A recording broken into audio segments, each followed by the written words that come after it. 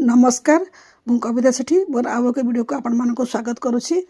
मु आज बहुत खुशी अच्छी। मो खुशी कारण हूँ ओडिशा सरकार का साधारण उद्योग विभाग मान्यवर प्रमुख सचिव श्री NBS राजपूत IS ताका निर्धारित गस्त कार्यक्रम अनुसार 30 डिसेम्बर 2025 तारीख में मो बफापुर अंगनवाड़ी केन्द्र को सदैव परिदर्शन करते। यही अवसर में सहित जगतसिंहपुर जिलार जिलापाल मान्यवर श्री J सोनाल IS एवं जिलार अन्य अधिकारी माने उपस्थित थिले। मो केन्द्र परिदर्शन करने सहित कुनि कुनि पिला सहित किछि समय बिताई। मान्यवर सचिव मो केन्द्र कुनि कुनि पिला विभिन्न प्रकार प्रश्न पचारि एवं पिला माने खूब सुंदर भाव में उत्तर मत विभिन्न प्रकार प्रश्न पचारि। मुझे सचिव को वेस्ट मटेरियल हाथ तैयारी खेलना एवं शिक्षण सामग्री दिखाई।